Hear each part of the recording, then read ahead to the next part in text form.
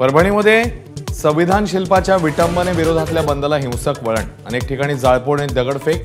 जिल्हाधिकारी कार्यालयातही तोडफोड। माथेफिरूला अटक। कायदा हातात घेऊ नका। सर्वपक्षीय नेत्यांची भूमिका। शांतता राखा। सामाजिक सलोखा बिघडू देऊ नका। माझाचंही आवाहन। मंत्रिमंडळ विस्तारासंदर्भात महायुतीच्या 3 नेत्यांची उद्या बैठक होण्याची शक्यता। कुणाला मंत्रिपदाची लॉटरी लागणार यावर शिक्कामोर्तब होण्याची अपेक्षा।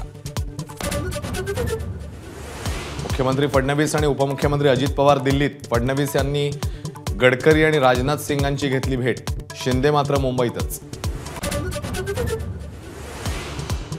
मंत्रिपदावरून शिवसेनेतच धुसफूस असल्याची माहिती। काही माजी मंत्र्यांना आमदारांचा विरोध। सत्तार केसरकर तानाजी सावंत रडारवर।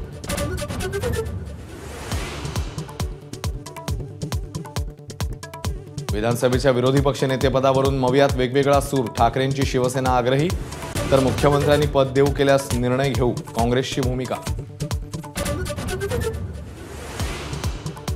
कुर्ला बस अपघाताचं सीसीटीव्ही फुटेज समोर। अपघातानंतर प्रवाशांनी मारल्या उड्या तर बस चालकाने क्लच ऐवजी एक्सिलरेटर दाबल्यानं अपघात झाल्याचं समोर।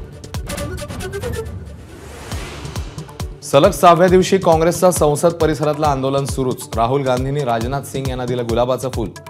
एनडीए खासदारांना गुलाब आणि तिरंगा। काँग्रेस खासदारांची गांधीगिरी। राहुरीच्या बहुचर्चित वकील दाम्पत्य हत्याकांडातील माफीच्या साक्षीदाराचा कोर्टात कबुली जबाब। आज जिल्हा न्यायालयात विशेष सरकारी वकील उज्ज्वल निकम घेणार उलट तपासणी। सुवर्णनगरी जळगावात सोनं 2000 रुपयांनी महागलं। चीनमधल्या गुंतवणूकदारांचा सोन्याकडे ओढा वाढल्यानं परिणाम सोन्याला आणखी झळाळी मिळण्याची शक्यता।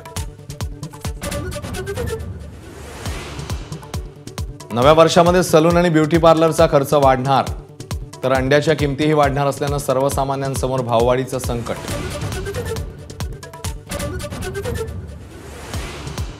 जम्मू काश्मीरमध्ये हाडं गोठवणारी थंडी। जोजिलामध्ये पारा उणे 22 वर तर लेहमध्ये उणे 10 अंश सेल्सिअस। श्रीनगर उणे 3 अंशांवर।